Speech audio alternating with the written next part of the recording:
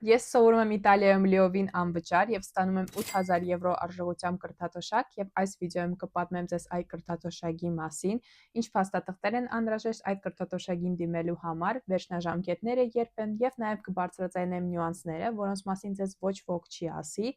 բայց ես դա կանեմ եւ նույնիսկ անվճար։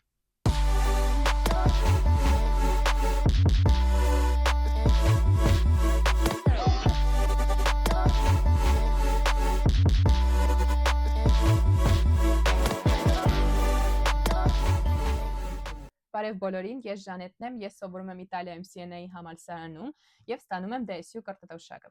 Ես արդեն մի քանի անգամ նախորդ վիդեոներում ասել եմ այդ անունը, դրա համար չեմ զարմանում, եթե արդեն գիտեիք, այդ կրթաթոշակը ըստ ընտանիքի ֆինանսական կարիքի է։ Այսինքն, եթե ձեր ընտանիքը մոտավորապես 50-ից 70,000 եվրոյից շատ չի աշխատում տարեկան եւ ունի 300-500 քառակուսի մետր սեփականություն, այդ դեպքում դուք հավանաբար անցնելու եք այդ կրթաթոշակը։ Բայց դուք պետք է մի հատ այս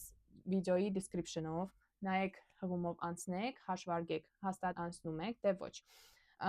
Ինքը էլի մոտավոր հաշվարկ է, այսինքն դուք ամեն դեպքում պետք է դիմեք, որպեսզի հասկանաք հաղթելու եք թե չէ, բայց նախապես ինքը բարձր հավանականությամբ ճիշտ ինֆորմացիա է տալիս, դրա համար անպայման անցեք եւ արեք։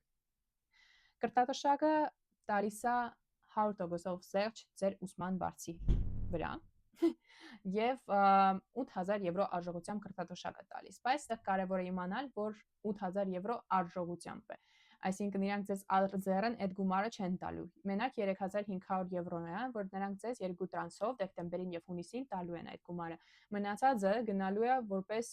մի բանի փակում, այսինքն իրանք ձեզ փակելու են հանրակացարանը, դուք ոչ մի գումար չեք վճարի կոմունալներին, մնալուն եւ այլն, եւ նրանք ձեզ տալու են ուտելիք օրական 2 անգամ, հիմա ձեզ ցույց կտամ այդ ամեն ինչը ինչ տեսք ունի։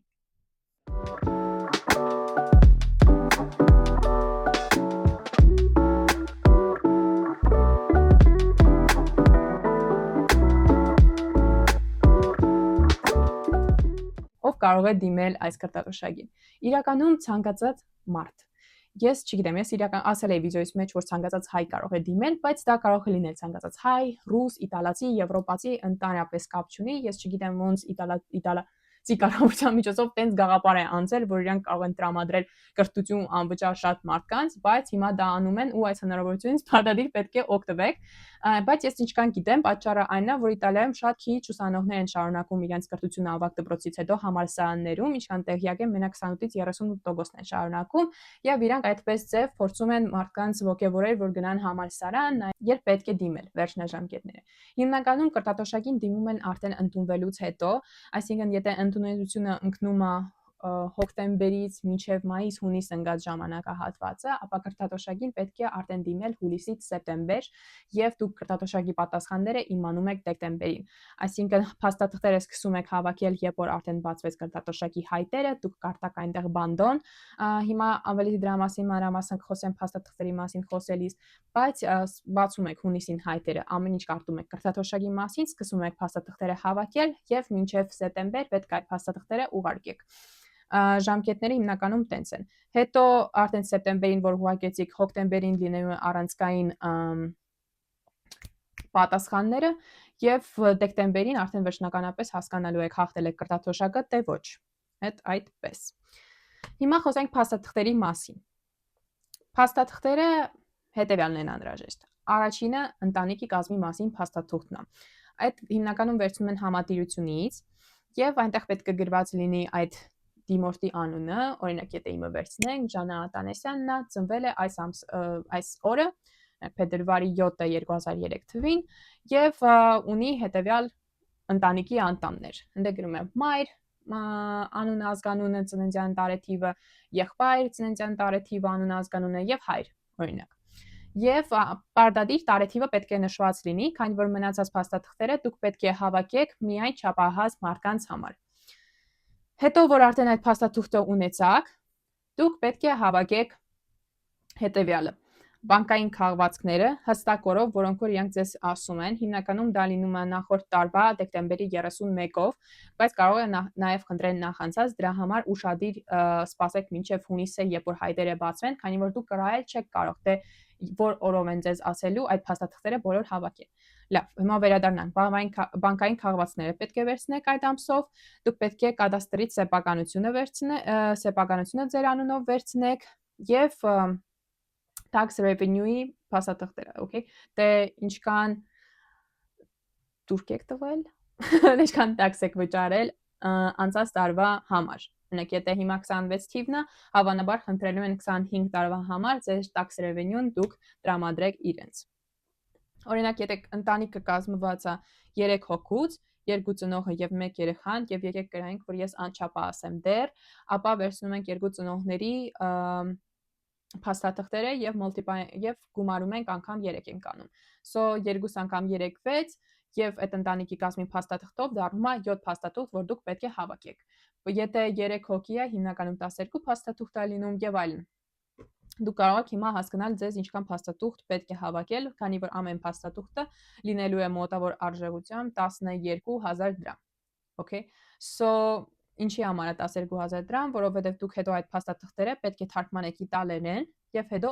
ապոստիլեք։ Ապոստիլը 7000 դրամ է լինում եւ թարգմանությունը մոտավոր 5000 դրամ։ Մենք ունենք ընդամենը 1 թարգմանիչ, թարգմանիչի անունը Քրիստինե է, որ ինքը դեսպանատան կողմից համարվում է որպես վստահված թարգմանիչ եւ կարտադաշնակները հիմնականում մենակ այդ լիցենզավորված թարգմանիչի փաստաթղթերն են ընդունվում, դրա համար ուշադիր եղեք, որ ճիշտ եք գտել թարգմանիչին, դուք կարող եք իր տվյալները գտնել դեսպանատան կայքում։ Հիմա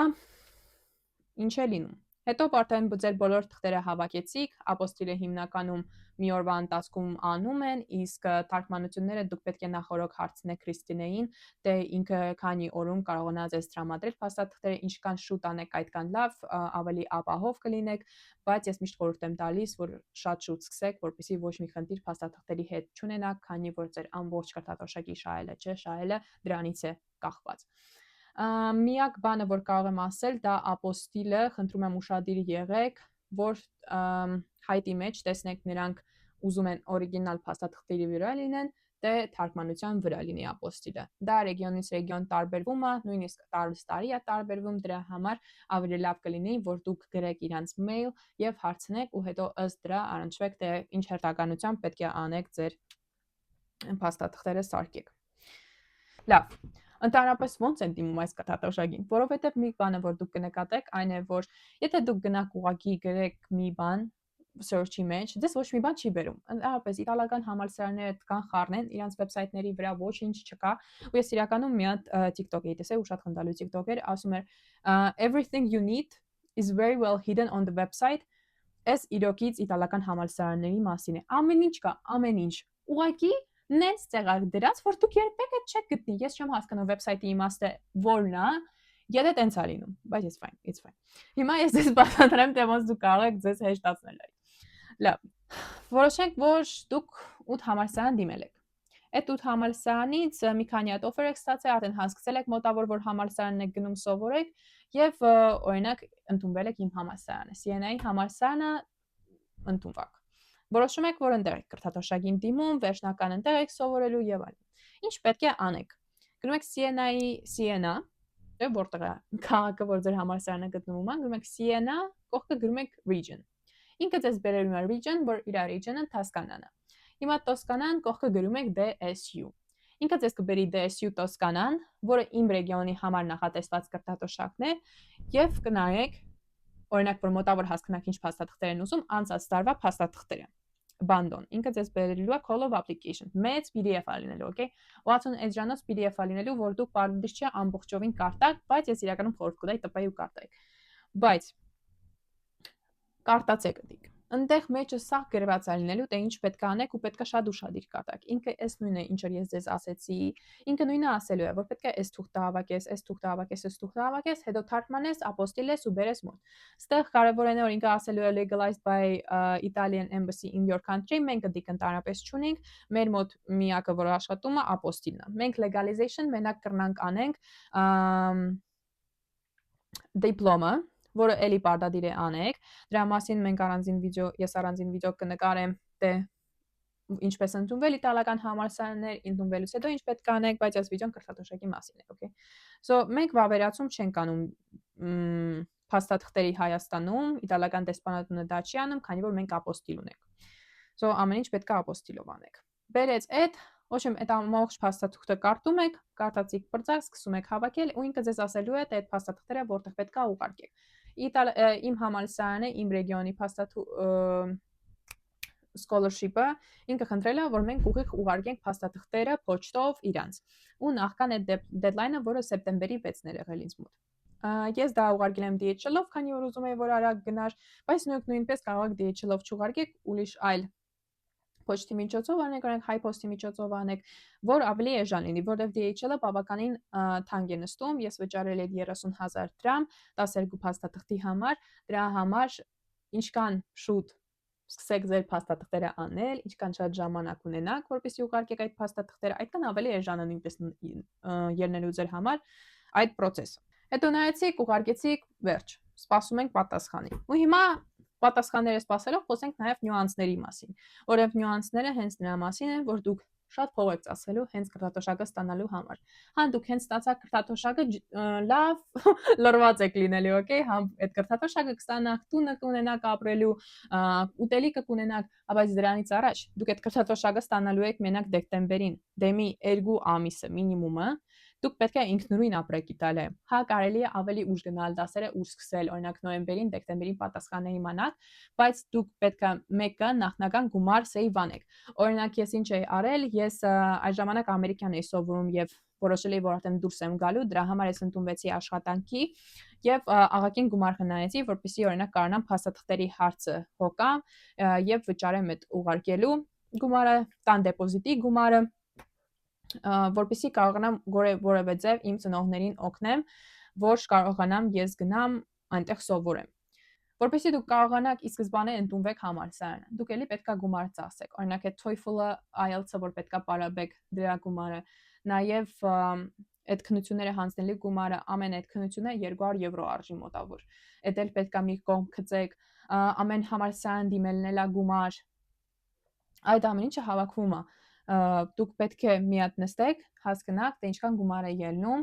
ընդանուր համալսարան դիմելը, դրսում սովորելը, ամեն ինչ չի, որ իրանք միանգամից անվճար տալիս են, որովհետև իրանք պետք է համոզվեն, որ դուք իրոքից դրա կարիք ունեք, որ դուք իրանք չեք խաբում, որ իրանք ձեզ այդ ամեն ինչը տան, okay։ Ունենց չի ես այդ ասում եմ, որ ձեզ մի ձև դիմոտիվացնեմ, հա։ Ես ուզում եմ հակառակը, որ դուք տեսնեք, որ ամեն ինչը ինչ որ մարդիկ ստանում են, օրինակ անվճար են դրսում սովորում, այդ աշխատանքի արդյունք է, այդ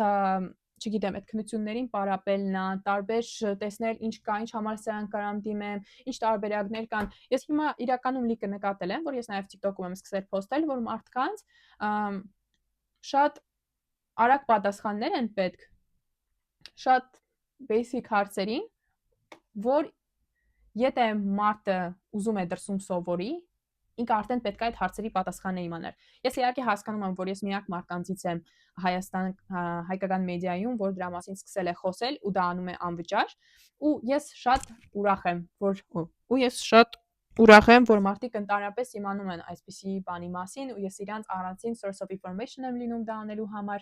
բայց ես ուզում եմ, որ այս մարդիկ գոնե ովքեր որ YouTube-ով նայում են այս վիդեոն, իրանք տարբեր միջոցներից փորձեն ինֆորմացիա ստանան, ոչ միայն այս վիդեոյին, գնացեք TikTok-ով ուրիշ մարդկանց վիդեոները նայեք, ռուսերենով նայեք, անգլերենով նայեք։ Ես իհարկե նկարում եմ այս վիդեոները հիմնականում հայ աուդիտորիայի համար, ու նույնիսկ եթե ես խոսեմ անգլերեն կամ ռուսերեն, մյուս վիդեոներում ես տակը սաբտայտլներ եմ դնում, բայց ուղղակի խնդացի, որ անգլերեն ասացի այդ բառը։ Բայց ես ուզում եմ, որ դուք ինքնուրույն լիքը բան անեք։ Ինձ 3 տարի առաջ հեչմարտ չի օգնել, հեչմարտ չի մոտիվացրել, հա կողքս մարդ նստի, որ ասի գիտես, դու պետքա էս անես, չէ, այդ եկել է ներսի ցանկությունից, որ ես ուզում եմ դրսում սովորեմ, որ ես ուզում եմ մարդկանց լավություն անեմ հետագայում ու այն կրթությունը, որը ես օրինակ ամերիկանում ստանալու եմ, ինձ բավարար չէր։ Դուք նայում եք այս վիդեոն, ես իսկապես հավատում եմ, որ դուք կարող եք այդ գումարը խնայել,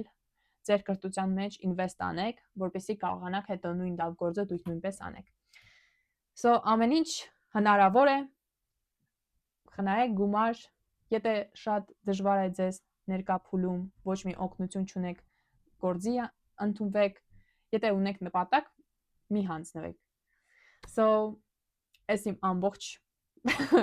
խոսքն էր այսօրվա համար, հույս ունեմ հավանել եք վիդեոն, եթե հարցեր ունեք, խորհուրդ եք ուզում, անպայման գրեք մեկնաբանություններում, նաև ինչպես գիտեք, ես ունեմ Instagram եւ TikTok, Instagram-ում դեռ շատ ակտիվ չեմ, բայց TikTok-ում եւ այստեղ YouTube-ի մեկնաբանություններում կարող եք գրել, անպայման կպատասխանեմ, ձեզ ամեն ձև կօգնեմ։ Okay, so love you all. Bye bye.